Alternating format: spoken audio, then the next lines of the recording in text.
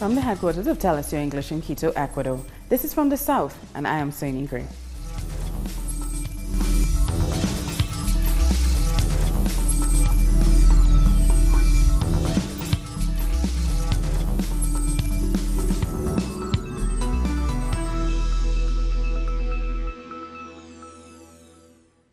"84% of ballots for El Salvador's upcoming elections have already been printed, according to the country's Supreme Court.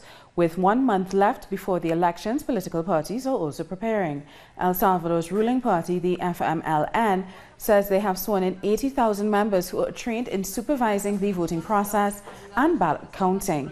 7 political parties are set to participate in February's elections. This will be the 6th presidential election since the signing of the 1992 peace agreement, which ended 12 years of civil war. A practice run for processing and distributing electoral results was deemed successful by El Salvador's Supreme Electoral Court, despite a fire that happened on Saturday in one of the halls where some of the voting equipment was being kept and ended up being destroyed. Many scanners were damaged in the fire. We had to implement our contingency plan. And luckily, we had 1,800 scanners thanks to a donation from Korea. There are 1,595 voting centers, so we are providing them with new scanners in addition to the other scanners that were rescued. In this test run, the Electoral Court achieved 99.8% of recorded ballots by closing time. Specialists explain the security measures of this system. The technology that we are using to protect ourselves against any issue is the latest available. Also, a group of observers from the European Union have already sent out their first members to the 14 districts of the country to oversee the electoral process. Long-term observers have been placed across the country. We are going to be covering each district of El Salvador, while short-term observers are going along with us. There are another 28 observers that will be arriving a few days before the elections to strengthen our presence in the territory. A general practice run is planned for January 20th, and it will be the last before Election Day on February 3rd. Meanwhile, political parties continue their campaigns, looking to reach out to the population. Mexican President Andrés Manuel López Obrador has said the gas shortage in at least 4 states is as a result of his government's efforts to combat fuel theft. Gas stations in the city of Guadalajara were closed on Sunday, including those operated by the state oil company Pemex. In response to the situation, authorities have started moving more fuel by tankers and less by vulnerable pipelines. The president has vowed to return law and order to the nation. How is it petty theft if we're talking about the robbery of more than 1,000 pipelines a day, of 3,962 gallons from each pipeline? How did they distribute all that stolen gasoline? Well, there was an attitude of a total complicity on the part of Pemex. Now we have a rule of law. There is no more rule of the crooked. So now they are pressuring us, thinking that they'll beat us. They don't want to arm wrestle with us, because the law will win out and justice will win out.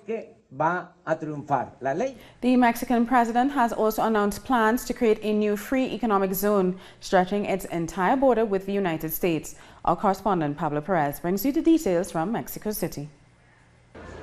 On the occasion of his visit to the border town of Tijuana, Mexican President Andrés Manuel López Obrador stressed the importance of the creation of a free economic zone. He said the planned zone between the U.S. and Mexico would be one of the biggest free economic zones on the American continent.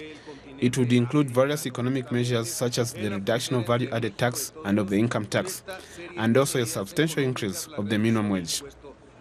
He added that for those who are against these measures, the initial economic loss would be compensated in the long term as the businesses start to prosper. This free economic zone will stretch from the U.S. state of California and the Mexican state of Baja California at the Pacific coast to the U.S. state of Texas and the Mexican state of Tamaulipas at the Gulf of Mexico.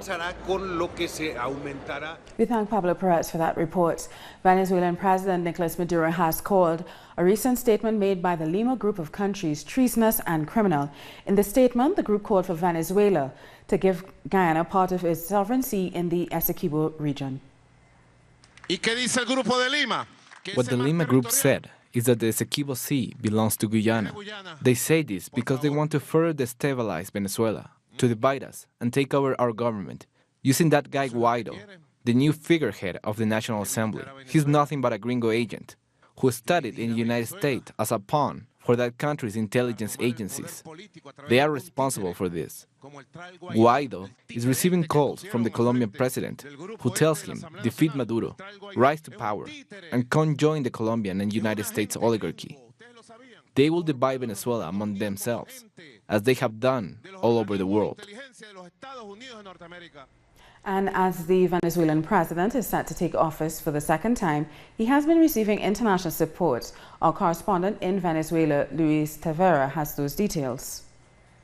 3 days before Venezuelan President Nicolas Maduro is sworn in by the Supreme Court for his second term in office, he continues to receive international support, with several governments standing behind him. During a speech, President Maduro said, despite some rejections, like the ones by the Lima Group, no one will stop the people of Venezuela from welcoming the president they voted for. He also said he will continue developing the country's economic and social policies, despite attempts by these groups and nations to hide the achievements made during 20 years of the Bolivarian Revolution. The Foreign Ministry also condemned this behavior, especially by the Colombian government. Venezuelan Foreign Minister Jorge Arreaza said the Colombian government should not interfere in Venezuela's internal affairs. Meanwhile, Cuban President Miguel Díaz-Canel has supported the government of Nicolas Maduro through social media, saying the people are the ones who have to decide about a nation's internal affairs, as all countries in the world do. Maduro's political party is getting ready for the inauguration next Thursday, the 10th of January. We thank Luis for that report. Colombian President Ivan Duque has signed a multi-million-dollar contract to the country's Livestock Federation, an organization long accused of corruption and of having links to paramilitary groups. It is expected to pay the organization around $30 million. This measure is being questioned because of the ongoing forced evictions of campesino communities from their lands that usually end up in the hands of great corporations. A recent report from the Comptroller General of the nation also found a lack of transparency in the management of public funds. We'll have more news in a minute. Please stay with us.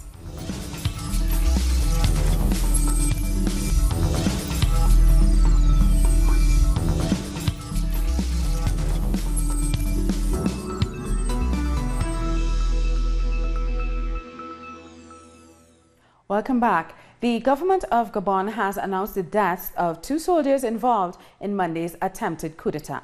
A 5th military officer has also been apprehended after initially eluding the security officers deployed to arrest him. He's believed to be the leader of the rebel group of soldiers.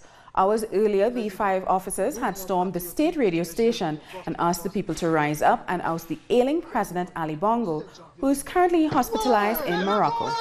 The Bongo family has ruled Gabon for over 5 decades. Sitôt informé de la situation.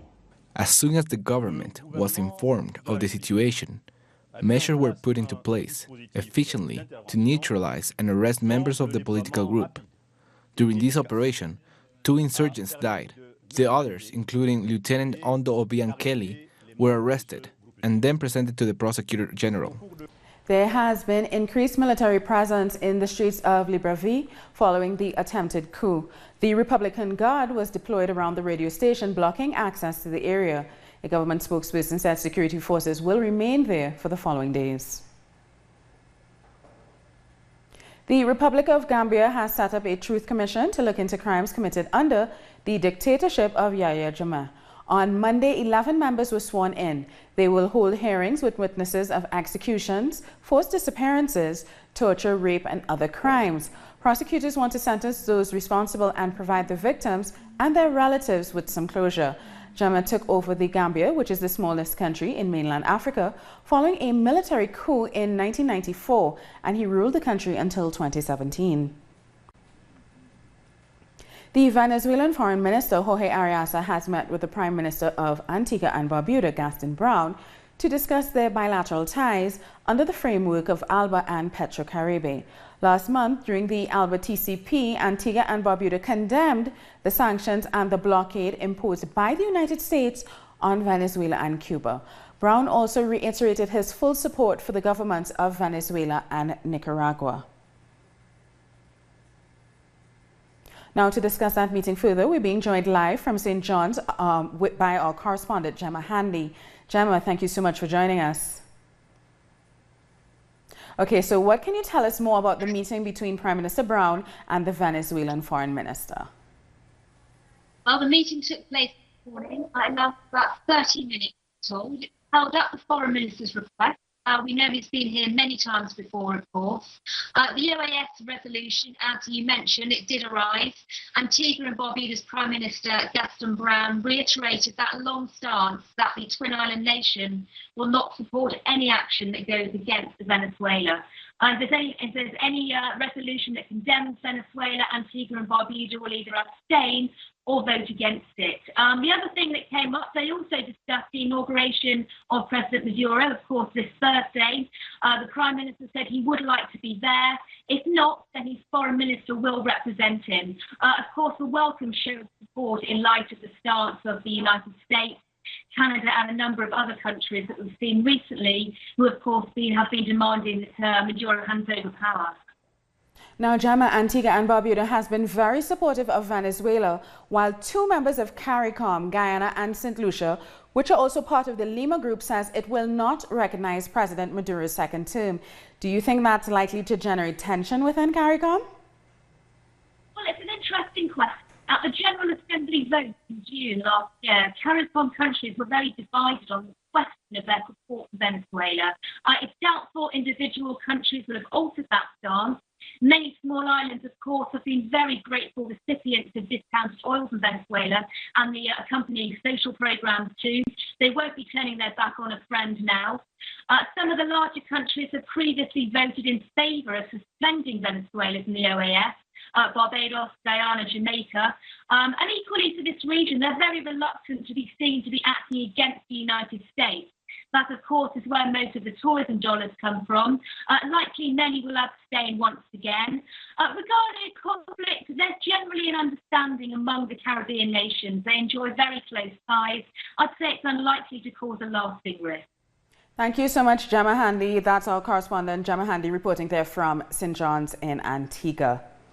Classes have begun at Ross University School of Medicine's new Barbados campus, which officially opened over the weekend. During her feature address, Barbados Prime Minister Mia Mottley encouraged Barbadians to embrace the 1,350 students as their own.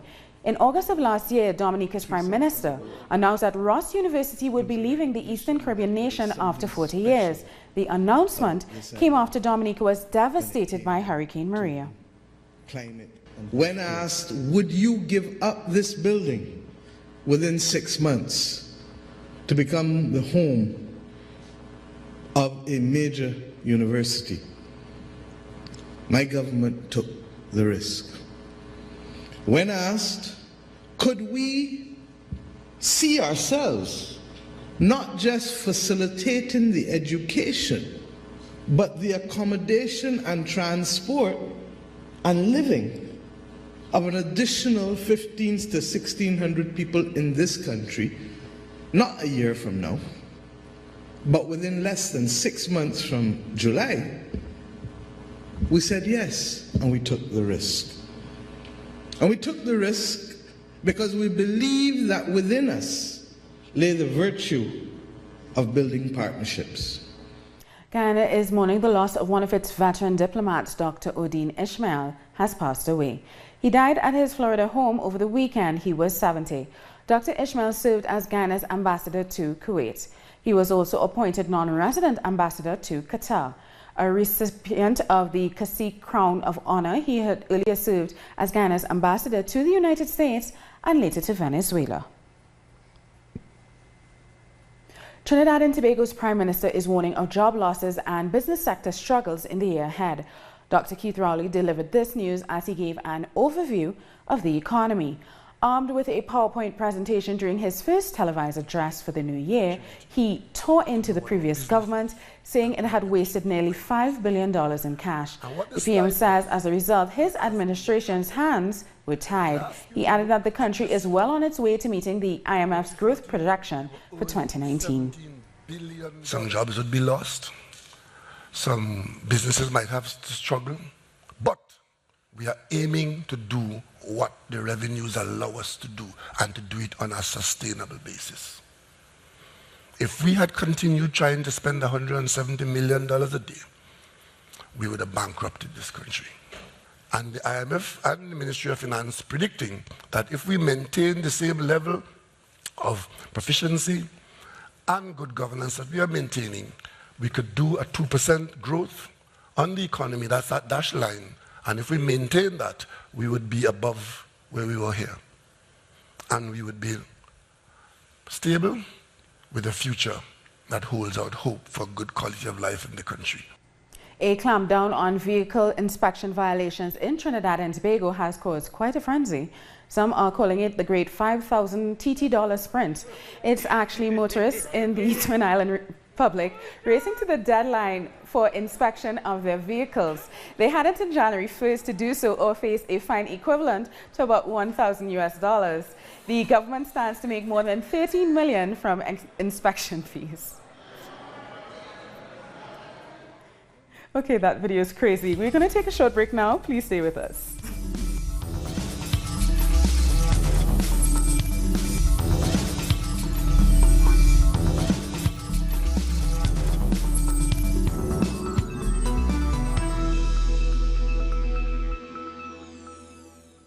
Welcome back. A U.S. woman jailed for the 2004 murder of a man who solicited sex from her has been granted clemency.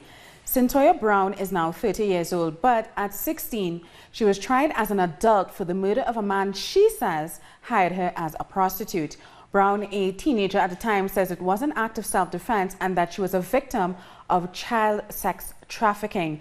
The governor of Tennessee has commuted her sentence and she will be released on parole in August. It's confirmed British MPs will vote on Theresa May's Brexit deal on Tuesday, January 15th. The rescheduled date comes after the original vote was pulled because of staunch opposition to the deal. If May's government loses the vote, it could prompt another no-confidence motion and a national crisis. The UK is due to leave the European Union on March 29th. That sort of timing. All right. And the World Bank Group Chief Executive Jim Yong Kim will be stepping down on the 1st of February, 3 years before his term officially expires. The bank has said that Kim is leaving the institution on his own accord. His policies on climate change have frequently clashed with those of the Trump administration in the U.S. Trump is expected to wield strong influence in the choosing of the next head of the multilateral financial institution. And boosting shared prosperity. And China has asked the United States to refrain from provocations after a U.S. missile destroyer sailed into the disputed Paracel Islands in the South China Sea on January 7th, violating international law. Both China and the U.S. agreed to have positive and constructive talks and negotiations in solving the trade divergence based on the consensus between the heads of the two countries. About the reason and motivation why China holds the talks, you ask if it is because China worries about its own economy. Actually, China always thinks that trade war is not good for both sides, or even for the rest of the world. China would like to solve the economic and trade frictions on the basis of equality and respect. About China's own economy, as I just said, we are full of confidence in the long-term good prospects of the Chinese economy. The Ukrainian Orthodox Church has gained its independence from the Russian Orthodox Church it has been tied to since the year 1686. There are concerns that the split will trigger tensions between both nations since Russia annexed the region of Crimea in 2014. Let's find out more. The Ukrainian Orthodox Church has finally broken free from the Bishop of Moscow, the leader of the Russian Orthodox Church, known as the Patriarch of Moscow. The decree to release the Ukrainian church was signed in Istanbul, where celebrations took place soon after. Today is a sacred day for all of us. The decree signed by our spiritual leader gives us the freedom we sought. The document will be taken to Kiev and put on display. so that the Ukrainian believers can see it. Istanbul hosted the event because the Orthodox Church is symbolically led by the Constantinople Ecumenical Patriarch Bartholomew I. Among those present were the Ukrainian President Petro Poroshenko and the former President Viktor Yushchenko. We have an independent state and an independent church. They will never mix. Relations between the Russian Orthodox Church and the Patriarchate of Constantinople will most likely be tense from now on, while Russia and Ukraine are likely to maintain their political dispute. Maybe Russia will try to re-elect, but what it's done is done. This cannot be changed, so Russia cannot really do anything. The rupture is seen as a political move, if only symbolically. From now on, the man in charge of Ukraine's Orthodox Church will be the Metropolitan of Kiev, Epiphanios I. In the end, the creation of Ukraine's new Orthodox Church is yet another issue in the fraught relationship between Russia and Ukraine. The highest profile Catholic cleric in France has gone on trial under charges of covering up child abuse. Cardinal Philippe Barbarin, Archbishop of Lyon, is accused, along with 5 others from his diocese, of failing to report a priest who abused young Boy Scouts in the 80s and 90s. The 68-year-old bishop, who is one of the most relevant figures in the French Catholic Church, has apparently admitted to his mistakes but has denied committing any crime, according to his lawyer. If convicted, he could be sentenced to up to 3 years in prison and fined almost $55,000. And time now for a look at the top stories from around the globe. The 18-year-old Saudi woman who fled from her family over the weekend has left Thailand.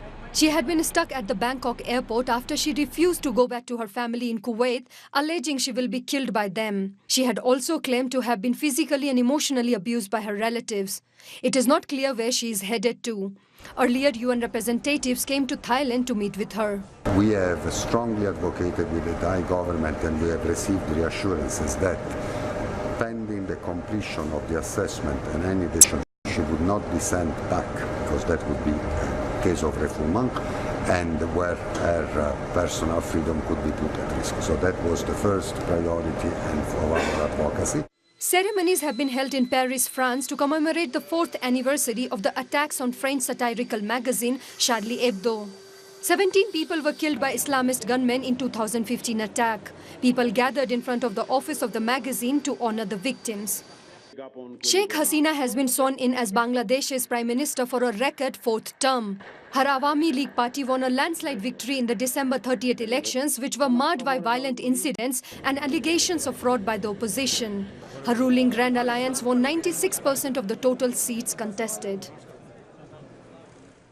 The Mexican filmmaker Alfonso Cuarón was one of the main winners during the 76th edition of the Golden Globe Awards. Cuarón won the Best Director Award for his film Roma, which tells the story of an indigenous maid working for a middle-class family in Mexico City during the 70s.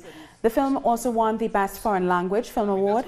Other big winners of the night were Bohemian Rhapsody and The Green Book. Well, what was amazing is that Netflix went through all those filters. The fact that it's Mexican in Spanish or black and white or mixteco was never even mentioned. Everything was going to the core of what this film is about. And with that, we've come to the end of this news brief.